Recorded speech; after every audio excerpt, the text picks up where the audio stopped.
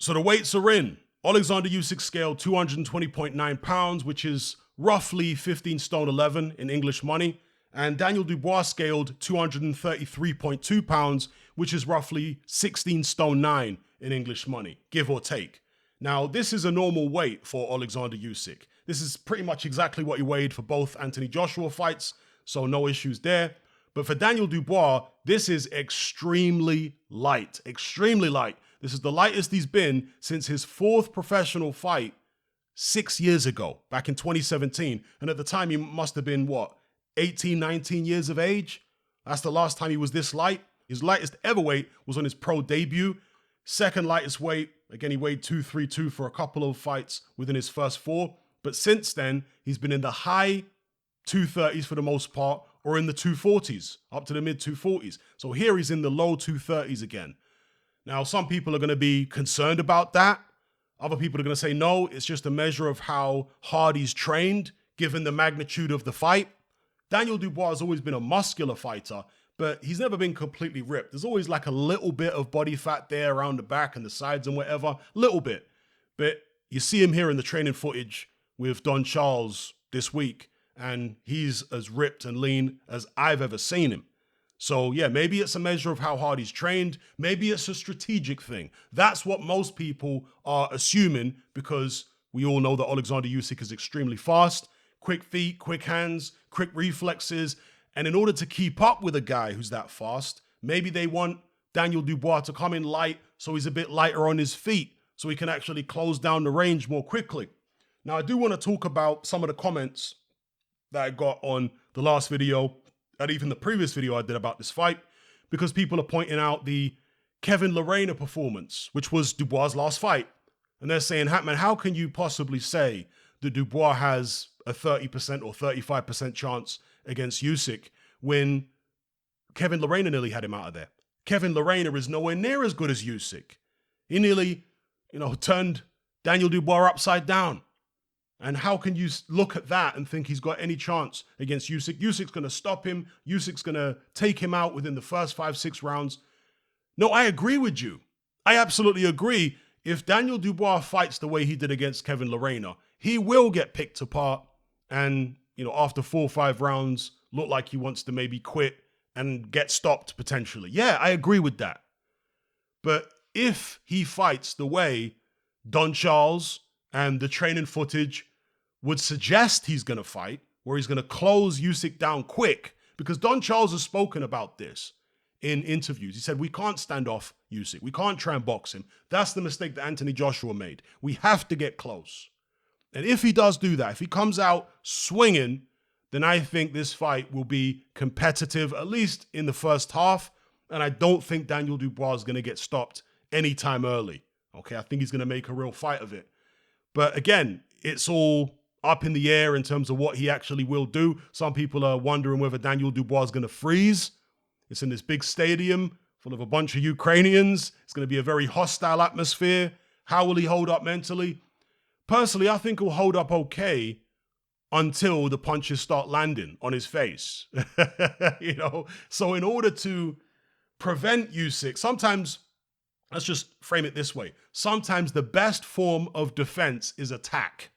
Yeah? And that's what I think it will be for Daniel Dubois here. You got to give Usyk something to respect. You got to give him something to think about. You can't be too conventional. But worryingly, Frank Warren, Daniel Dubois' promoter, was saying that he doesn't think Dubois should go out there and just start swinging hell for leather. He thinks he should just get behind his jab and relax into the fight. Maybe Frank Warren will turn out to be right. Veteran promoter, been around boxing for a very, very long time. Much longer than me, certainly. But I completely disagree with Frank Warren. I think if you try and get behind your jab, get center ring and relax into the fight, that allows Usyk to relax into the fight as well. And if Usyk relaxes into the fight, you are done for. You're not going to outbox Usyk. You're not going to stick this jab on him at long range and giving him all these problems. I don't see that. Usyk has been fighting tall guys, strong guys, big punching guys with good jabs for decades, bro. Have you looked at his amateur record? There's hardly any losses on there, and he had hundreds of fights. So no, I don't think that's a good idea at all. I don't think you should try and get into any kind of jab. Daniel Dubois has a good jab, but you have to know when to use your jab. And I think early on against Usyk, get in close, use those feet, right? If he's lighter now and he's a bit quicker on his feet, use those feet to get in close and start hitting him. Don't worry if the punches are not landing clean. Hit him on the shoulders, hit him on the chest, hit him on the body. Just try and assert yourself early to let him know that you're there and you're willing to let your hands go.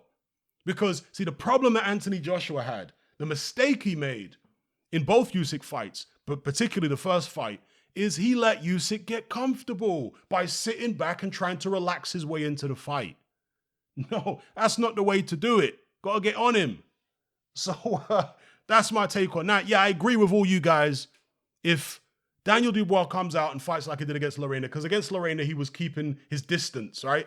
Trying to use his height and reach, and he got clipped, he got hurt. I don't care what nobody says. He got hurt in the fight. If he injured his ankle after that, or his knee or whatever it was, you know, I guess that's possible. But in terms of a torn ACL, I've spoken to people. I've never had a torn ACL, but I've spoken to people personally who've had torn ACLs. A couple of people in the Element group and who showed me pictures of their knee when they had a torn ACL. And they said the pain is absolutely excruciating. And when they did get up, they couldn't put any weight on their knee at all. None. Daniel Dubois didn't show symptoms of a torn ACL, according to people who have actually had torn ACLs. You know, and after the fight, in a post-fight interview, when the interviewer said, you know, was the knee bothering you, the knee injury? And Daniel Dubois said, no, there was no injury. Words to that effect. He denied there was any injury in the post-fight interview. So, you know, I'm not really sold on that. I think Daniel Dubois was hurt by Kevin Lerena in that first round. And it's the same thing that happened in the Richard Lartey fight, or a similar thing, but it just happened worse in the Lerena fight. Against Richard Lartey, he gets hit with a right hand high on the head, and his back leg gives out. The same leg that gave out against Lerena gave out against Richard Lartey when he was hit high on the head. Yeah, Lerena also hit him high on the head, and his leg gives out. Same leg, back leg. So no, I think that's Daniel Dubois' soft spot right there. Strange place, right? But on the top of the head nearly, right? Close to the top of the head.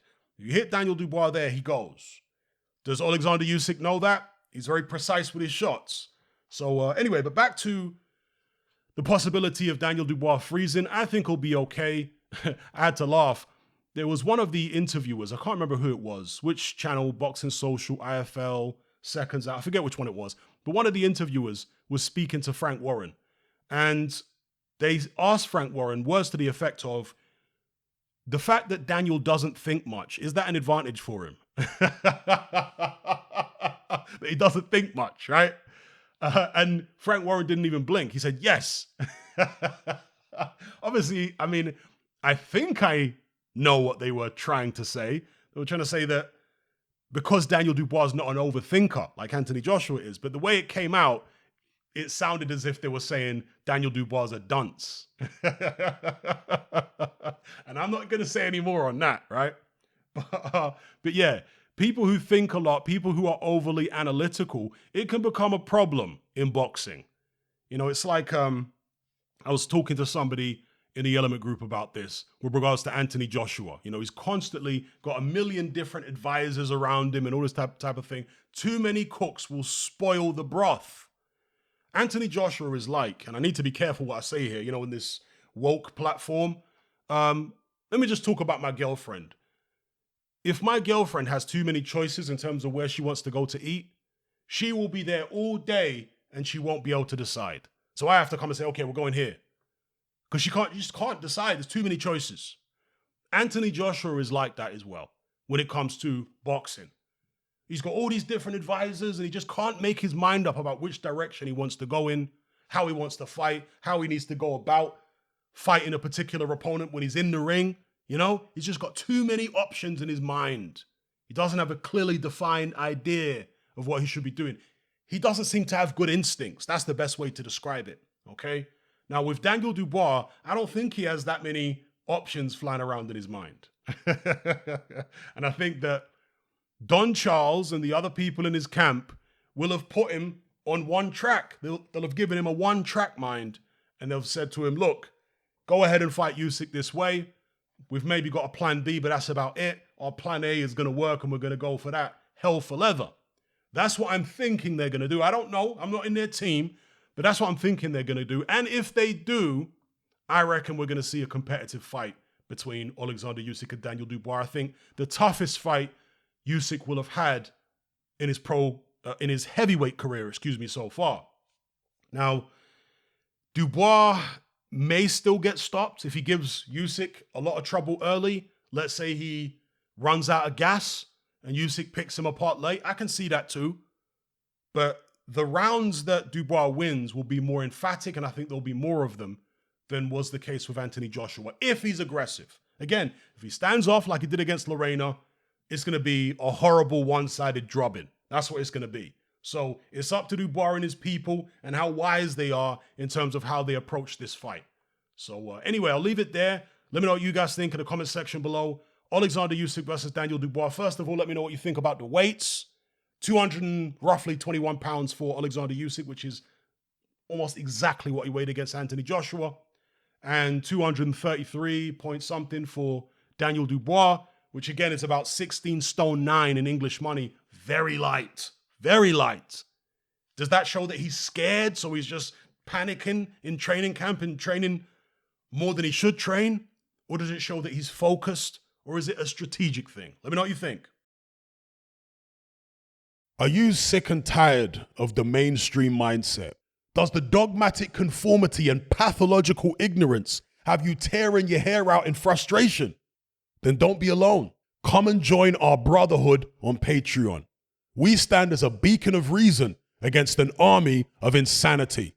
You'll gain access to my weekly topical podcast where we take more deep dives than Jacques Cousteau on an endless variety of subjects. There's also videos, interviews, live Q&As, as well as a vast back catalogue of previous episodes, including my popular Confessions of a Nightclub Bouncer series.